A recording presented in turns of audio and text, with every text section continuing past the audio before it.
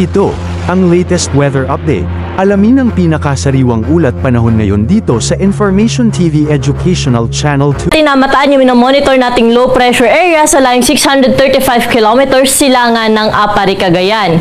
Hindi natin inaalis sa posibilidad na ito ay maging isang bagyo, pero sa ngayon ay mababa po ang tsansa na ito ay mag-develop into a tropical depression within the next 24 to 48 hours. At sa kasalukuyan, yung trough o yung extension ng kaulapan nitong nasabi nating LPA ay nagdudulot ng maulap na kalangitan at may kalat-kalat na may hina hanggang sa pantaman, kung minsan may mga heavy rains din po tayong naasahan ngayong gabi sa may bahagi ng Aurora, Quezon, Bicol region at sa bahagi ng Samar provinces. Kaya doble ingat po sa ating mga kababayan dyan sa banta ng mga pagbaha at mga pagguho ng lupa. Samantalang, habagat naman o yung southwest monsoon patuloy pa rin umiiral sa may kanlurang bahagi ng Luzon.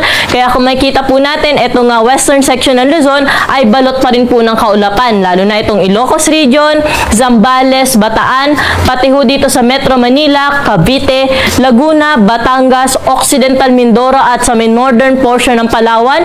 Ngayong gabi ay makakaranas po tayo ng maulap na kalangitan at may mga kalat-kalat na mga pag-ulan. Kaya doble ingat po sa ating mga kababayan na uuwi po sa kanilang mga tahanan ngayong gabi at mamaya madaling araw po sa mga nabanggit na lugar.